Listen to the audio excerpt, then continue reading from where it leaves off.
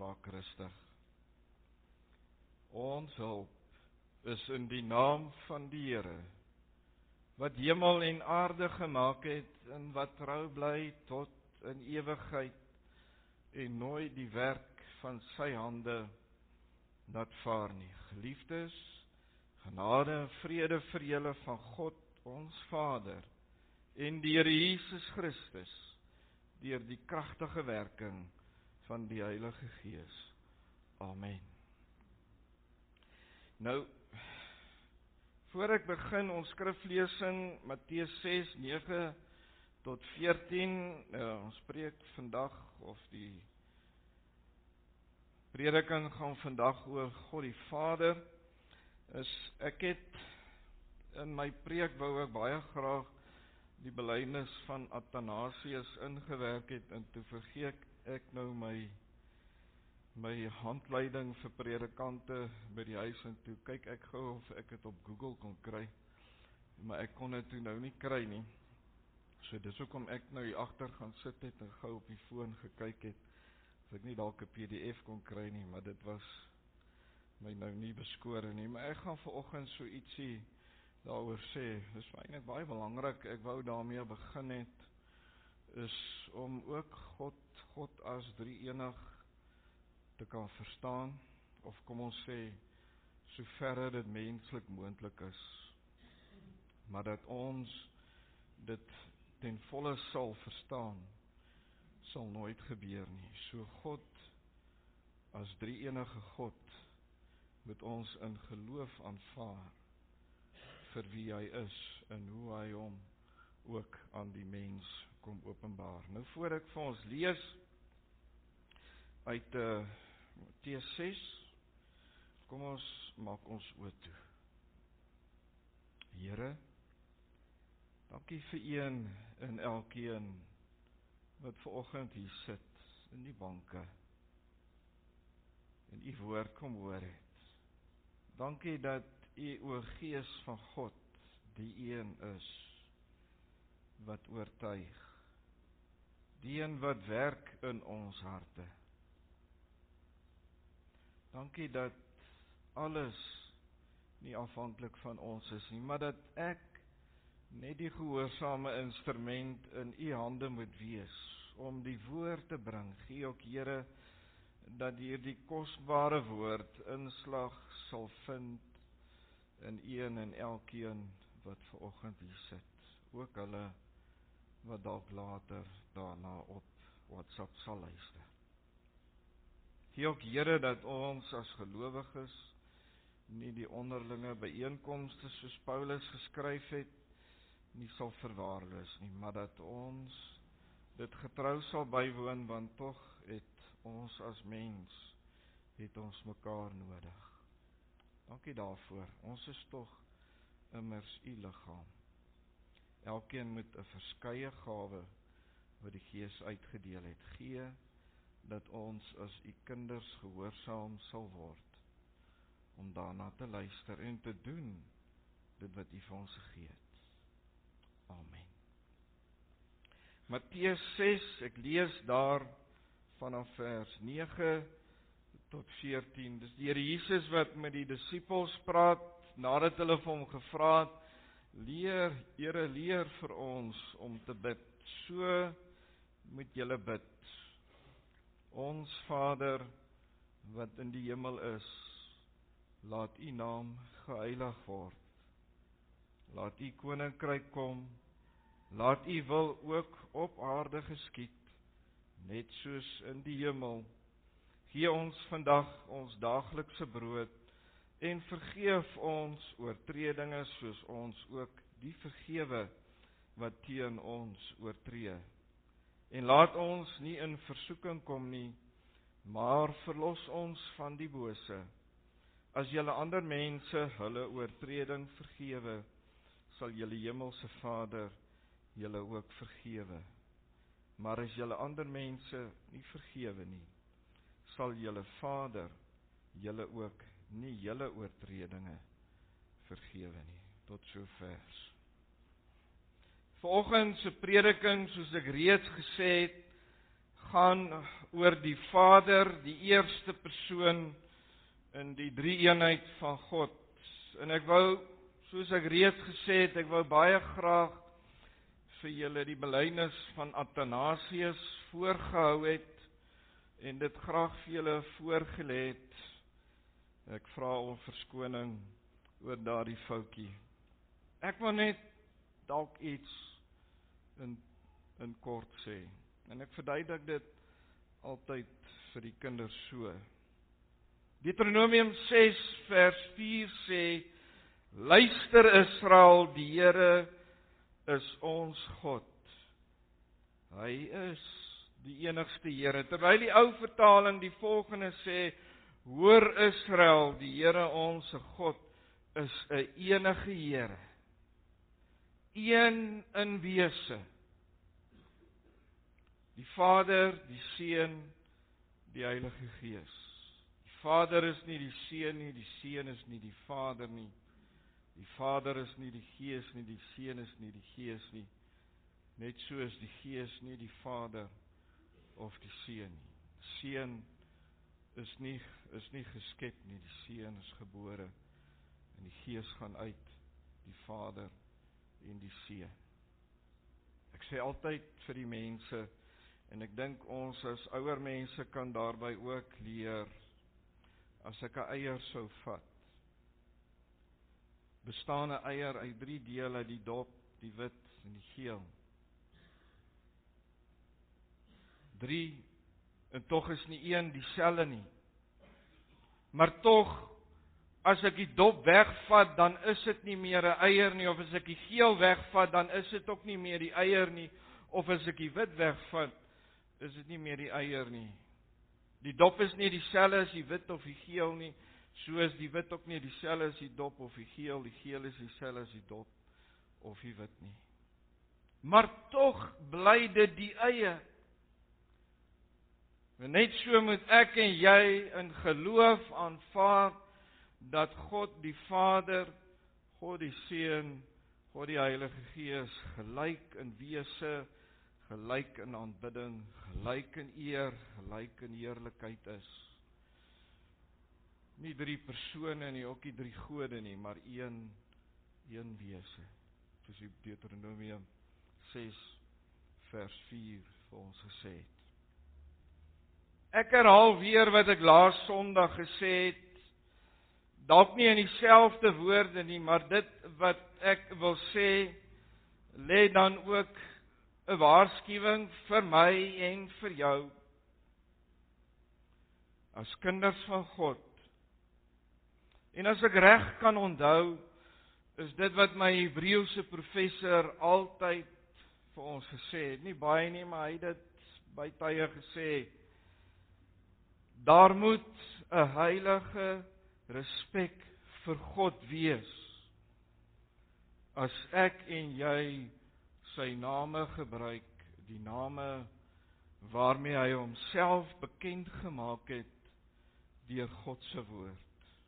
Deur die woord wat hy aan die mense gee het. Nie soos ek en jy daaroor goed dink nie, maar soos die woord ons leer. Ek wil eintlik amper sê, soos Israel van ouds. Reeds vroeg in die vorige eeu het die feministiese teologie skerp op die voorgrond getree. Nou die vorige eeu was die meeste van ons wat hier sit, is in die vorige eeu gebore. Met verskeie vroulike teoloë wat die gebruik van die manlike terme in die Bybel as eensydig beskou het, as hoe dit daardie tyd was. En dat God nie geslagtelik is soos ons as mens nie. En dit is waar. Dat van God se eienskappe vroulik is en dat daar ook moederlike instikte is, ook wat aan God se eienskappe is waar. En verder sê hulle, ons kan na hom as die moeder God praat, Ons kan ook na haar verwys. En in die lig van die moderne eeu het hierdie soort teologie die afgelope dekades baie sterk na vore gekom. En gesien ook in die lig van die vrou se rol, veral in ons moderne tyd.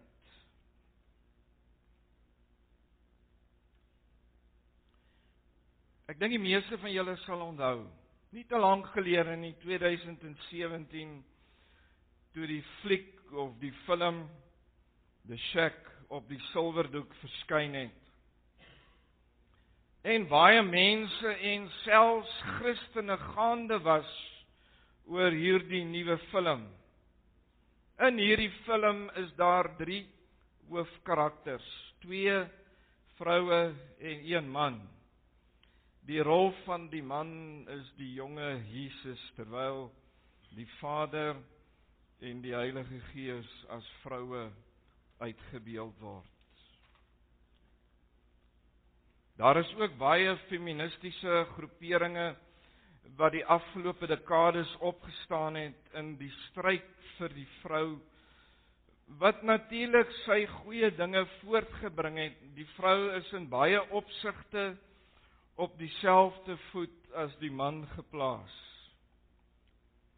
Maar tog, ten spyte van al hierdie dinge, is daar nog steeds baie vroue in die wêreld, en ek dink baie in ons heidense gelowe, soos byvoorbeeld die Islam geloof, veral in jou meer ekstremistiese lande, dalk in 'n mindere mate by ons, waar die vrou amper net as 'n besitting gesien word in hulle geloof. Mens sal sien dit ook al in video's wat ek gekyk het, waar vroue veral in islamitiese lande geslaan word. Baie feministiese teoloë skep dieselfde idee van die vroue in die Bybelse tyd. Dat die vroue in die Bybelse tyd niks was nie, dat 'n vrou maar net deel was van 'n man se besitting. In 'n mate is dit waar wat in die antieke tye geheers het. Maar ek vind dit nêrens in die Bybel of voorbeelde van God se mense, soos byvoorbeeld Abraham se verhouding tot sy vrou Sara, of selfs van die rigters, selfs Moses se eie verhouding met sy vrou. Ons kan selfs gaan kyk na van die disippels, Petrus se verhouding met sy eie mense, wat nie so seer opgeteken is nie. Dat daar manne in daardie tyd was wat vroue baie sleg behandel het, is waar. En net so is dit ook waar vandag, in ons dag ook, dat daar manne is wat vroue ook sleg behandel. Juist die vrou wat al meer reg gekry het, en hoe die vrou behandel is deur die eeue, glo ek het aanleiding gegee tot hierdie feministiese ideologie, of meer in ons verband teologie.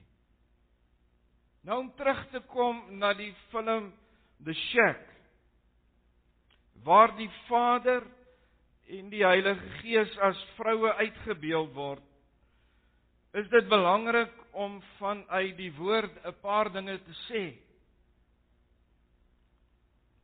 Nêrens in die Bybel, en dan veral in die oorspronklike tale Hebreëus en Grieks, word daar na God, die Vader of die Heilige Gees as 'n vrou verwys nie.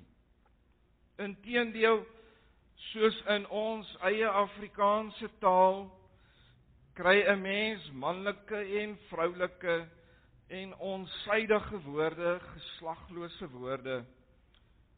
En net so is dit in die Bybel. 'n Mens kan wel sê dat God manlik en vroulike eienskappe het. En by dit moet 'n mens dan ook sê, dat God is nie geslagtelik soos ons as mens nie. Maar die feit van die woord is, dat daar na God verwys word in die manlike vorm, en nie in die vroulike vorm nie. Nêrens in die Bybel het God hom ook as 'n vrou voorgestel nie, maar as 'n man. Dus is die woorde en die name wat vir God gebruik word in die manlike vorm, dit is slegs die Heilige Gees wat in die onsuidige vorm gebruik word, wat geslagloos is. Want God is Gees, leer die Bybel ons. Ook nêrens in ons belydenisskrifte nie, die apostoliese geloofsbelydenis, die belydenis van Nicea of dit wat ek graag vanoggend by julle wou gedoen het, die belydenis van Athanasius, word daar na God as in die vroulike vorm verwys nie. Verder kan ek dit ook sê dat daar nêrens in ons Nederlandse geloofsbelydenis of in die Heidelbergse katekismus of in die Dordtse leerreëls enigsins na God as vrou verwys word nie. Slegs in die manlike vorm. God het hom dus vanuit sy woord, nie 'n menslike woord nie, wel deur mense geskryf, maar geïnspireer deur die Gees, na hom as Vader, Seun en Heilige Gees verwys word. En ek en jy moet hom daarvoor eer. Dus in my opinie is die film The Shack 'n uiterlike gebruik van die drie-enige God. Ek het myself, het ek 'n tyd terug die fliek gekyk, so 2 jaar of wat gelede, en dit het my diep ontstel, diep bedroef, dat ek die film afgesit het. Want God het hom nog nooit in daardie vorm openbaar aan die mens nie.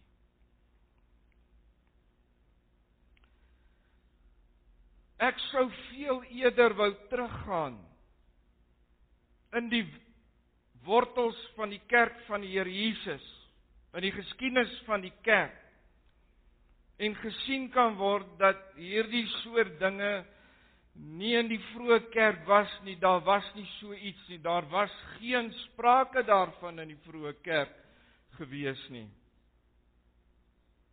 En as ek selfs die geskiedenis van herlewings in die geskiedenis van die kerk sou kyk, was daar ook geen wortels of geen verwysing daarvan dat God as vrou of in die vroulike vorm aangespreek moet word nie, maar dat God slegs in die manlike vorm, soos hy hom bekend gemaak het aan die woord. Daarom bly ek by my standpunt om te sê, as ons so na God verwys, is dit 'n uiterlike gebruik van God se name. Die moderne teoloë handhaaf die volgende, en ek het dit al by 'n vorige keer gesê, in die vroeë teoloë het dit anders gehandhaaf, dat elke geslag, met ander woorde, my pa se pa, my pa se pa, so kan ons teruggaan, dat elke geslag die Bybel geïnterpreteer volgens daardie geslag en daardie geslag se behoefte. Met ander woorde, elke geslag vertolk die woord anders. En dan is die gevaar ook dat mense selfs die kruisiging en die opstanding anders sou vertolk. Dit was nog nooit so gewees in die vroeë kerk nie. God se woord word aan elke geslag dieselfde oorgelewer.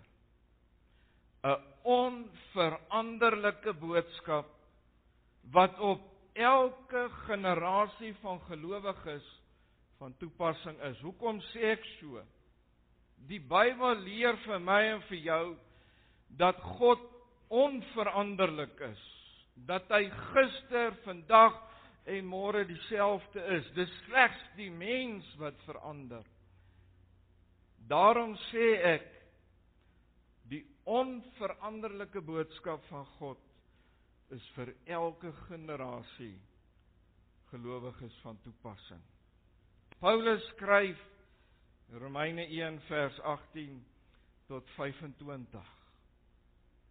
En Paulus praat daar eintlik met die geslaglike mense wat dinge toelaat.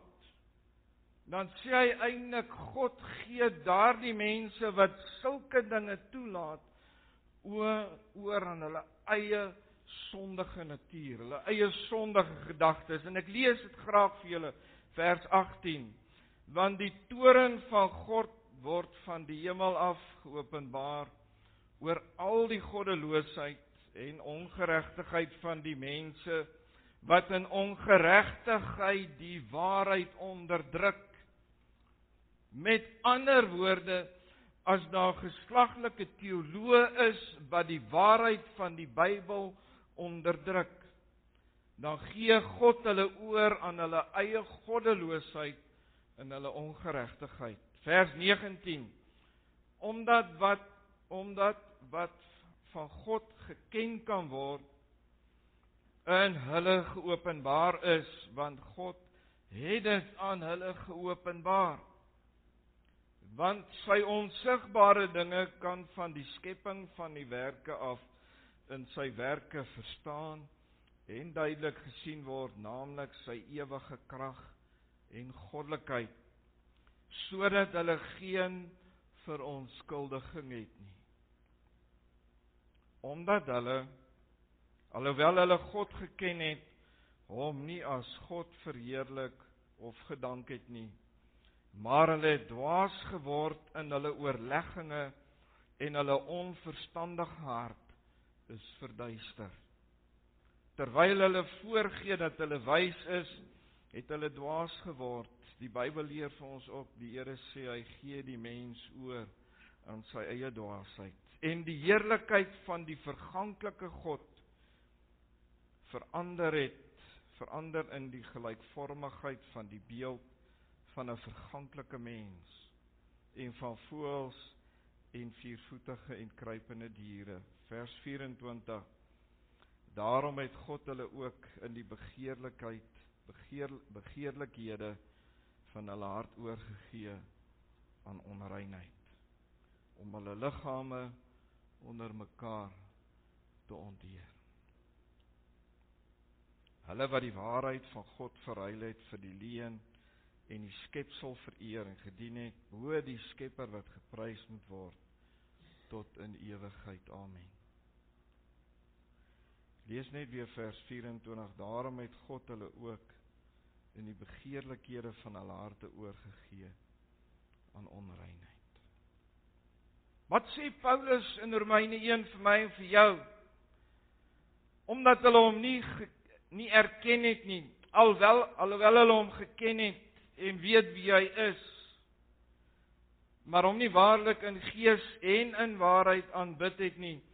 Daarom het hy hulle in die valse oorgegee aan hulle eie sondige begeertes. Hier in die 60er jare was die era van die hippies.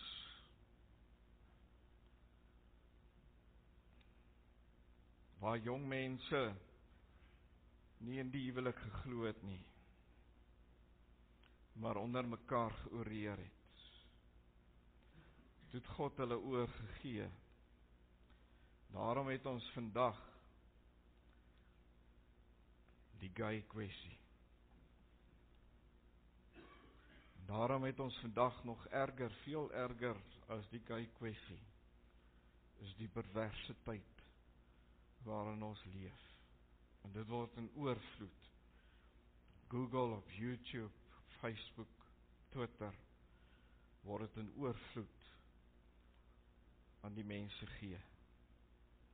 Dis eintlik dit wat Paulus hier in Romeine geskryf het, Romeine 1. Hy het hulle oorgegee aan hulle slegte begeertes. Die Bybel sê vir ons, die wat in sonde lewe sal nog meer in sonde lewe, en die wat heilig lewe sal nog meer heilig lewe. Daarom word elke geslag meer pervers. En ons sien dit veral in ons dag vandag gebeur. Dis eintlik daardie oordeel wat in die boek van Jesaja staan, of voorkom, wat die oordeel oor die verskeie nasies gekom het. God se oordeel wat oor die nasies aan die gebeur is, besig is om plaas te vind. Kom ons kyk na die woord Vader, Pa. Hierdie woord Vader word op 4 verskillende maniere in die Bybel aan ons voorgestel. En die eerste manier is die mees algemene gebruik van 'n pa of 'n vader met kinders, 'n aardse pa. En ons sien dit veral in die geslagsregisters en in die Ou Testament, selfs in die Nuwe Testament, of as na 'n persoon verwys word, soos byvoorbeeld van Dawid. Isaai was die vader van Dawid gewees.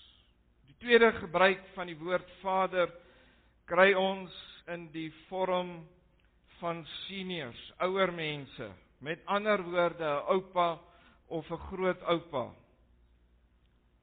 Handelinge 7 vers 2, en hy sê, broers en vader, luister. Hierdie tweede vorm van vader word na ouers ook in die algemeen gebruik. Jeremia 27 vers 7, en al die nasies sal hom dien, en sy seun se seun. Nie word na koning Nebukadneser verwys, jy kan gerus daaroor gaan lees. En dan die derde gebruik, word die woord vader gebruik na iemand wat iets uitgevind het. Soos ons ook in ons spreektaal ken, hy is die vader van wat ook al. Saam met dit word die woord ook gebruik om die hoof van 'n stam of 'n stad of 'n dorp aangedui word. En ons sien dit veral duidelik in die 12 stamme van Israel, wat vernoem is na die vader van daardie stam, 12 seuns van Jakob. En die vierde gebruik word God as die skepper van die mens en die heelal, as ook as 'n liefdevolle vader, die bewaarder van sy kinders, en veral, soos ons sien in die gebruik van Jesus Christus tot sy vader. Romeine 8 vers 15, want julle het nie ontvang 'n gees van slawerny nie, om weer te vrees nie, maar julle het ontvang die gees van aanneming tot kinders, deur wie ons roep, Abba, Vader.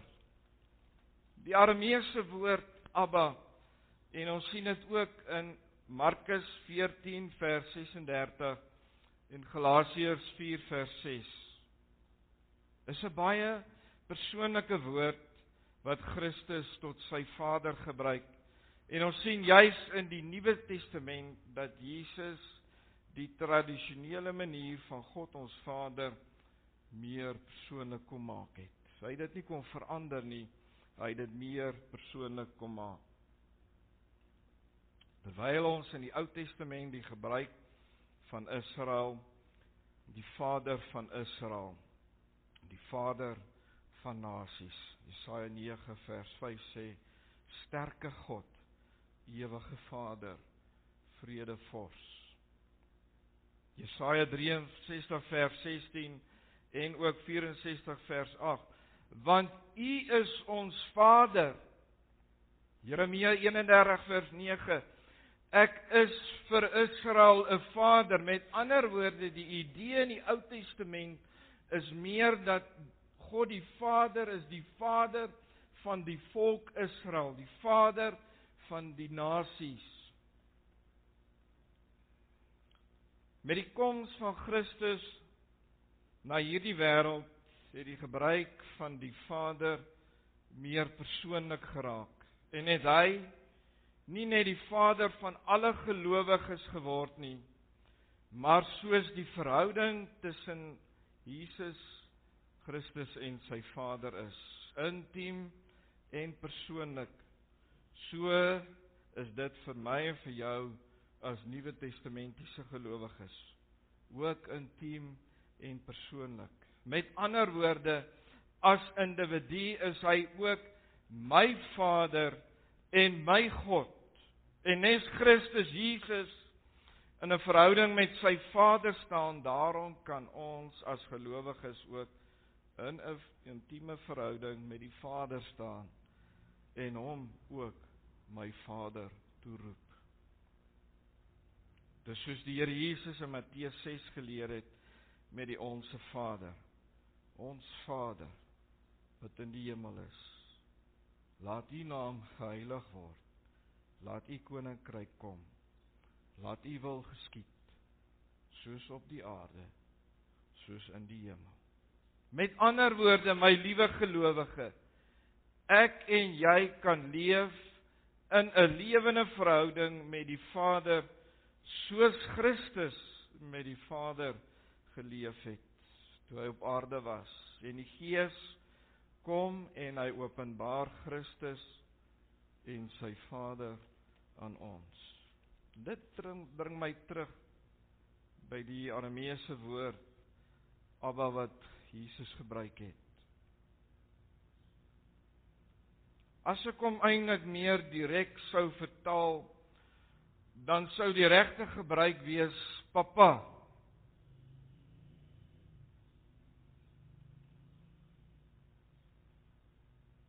En hier sien 'n mens dat teoloë of predikers en gelowiges oorboord gaan met die vertaling van die betekenis van die woord in dit wat die oorspronklike eintlik vir ons wil weergee.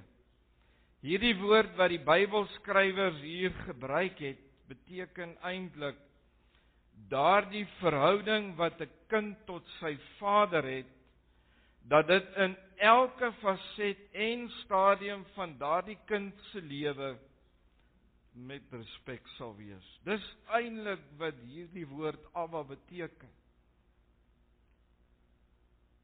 Dat daar 'n respek is tot die Vader. Jesus was vir my en vir jou 'n voorbeeld in dit. En tog leer die Bybel ons dat hy self God is. Toe op aarde was, het hy sy wil oorgegee aan sy Vader in alles. En dit juis sy respek tot sy Vader, Abba Vader. Wanneer ek en jy tot God, die Vader bid, moet ek en jy hom eer en respekteer, soos wat Jesus gedoen het, sy Vader geëer en gerespekteer het, om sy hele wil aan hom oor te gee.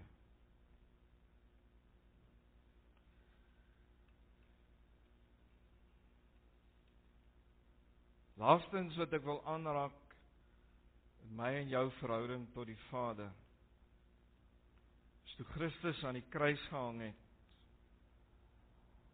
en hy hom oorgegee het aan sy Vader en gesê het, dit is volbring, het die voorhangsel in die tempel middeldeur geskeur. Daardie voorhangsel, daardie gordyn wat een stuk was, wat skeiding gemaak het tussen God en die mens, het nou gemaak dat ek en jy as gelowiges die tempel is van die lewende God, tempel van die Heilige Gees, soos Paulus in Korintiërs skryf. En ek en jy kan tot hom nader as ons Vader, vir wie ons eer en respekteer. vir wie ons met 'n intieme verhouding kan leef. Daardie intieme verhouding wat Jesus Christus self met sy Vader gehad het, ons lees dit in die Evangelie van Johannes, hoe hy sy disippels geleer het, daardie intieme verhouding wat hy met sy Vader gehad het, maar tog die eer en die respek wat hy ook tot sy Vader gehad het.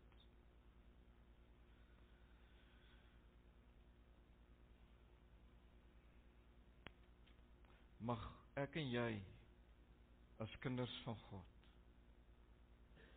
hom ook eer en respekteer in die voorbeeld soos wat Christus vir ons gestel het toe hy op aarde was. Mag ons hom eer vir wie hy is, vir wie hy was en vir wie hy altyd sal wees. Ek wil graag met 'n voorbeeld afsluit. En ek wil graag vir julle 'n stukkie uit 1 Johannes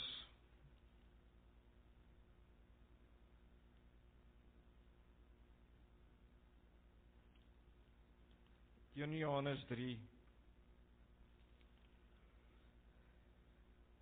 vanaf vers 18.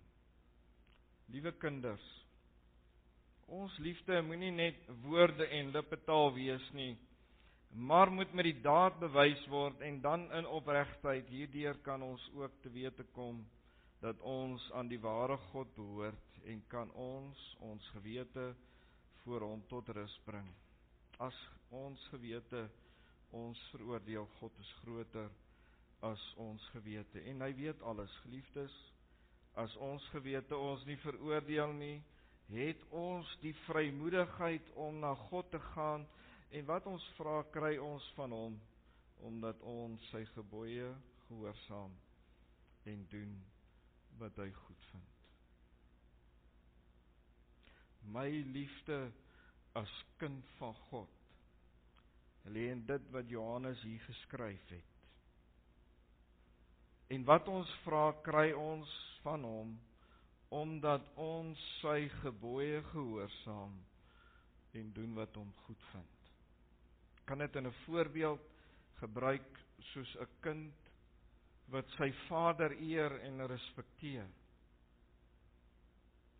En as hy nie by die huis is nie, maar daar by die skool, waar sy pa hom nie sien nie, of weet wat hy doen nie, en sy maatjies konfronteer hom met iets verkeerds, en omdat hy sy vader liefhet, sê hy vir sy maats, hy sal nie daardie dinge doen nie, want hy het sy vader lief en hy eer en respekteer sy vader. So moet my en jou liefde tot ons Vader wees. Amen. Kom ons buig ons hoofde.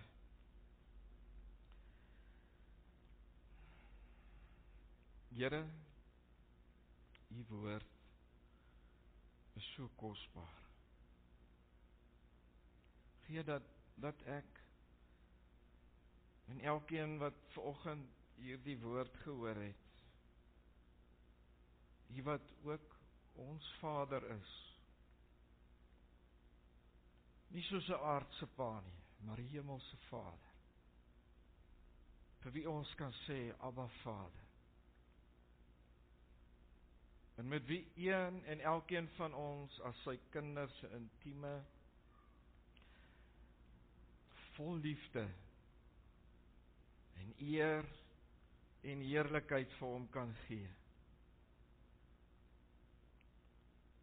Dankie vir daardie voorreg, Here, dat ons u as Vader so intiem mag ken, en u ook soos u seun in Matteus 6 ons geleer het, ons Vader,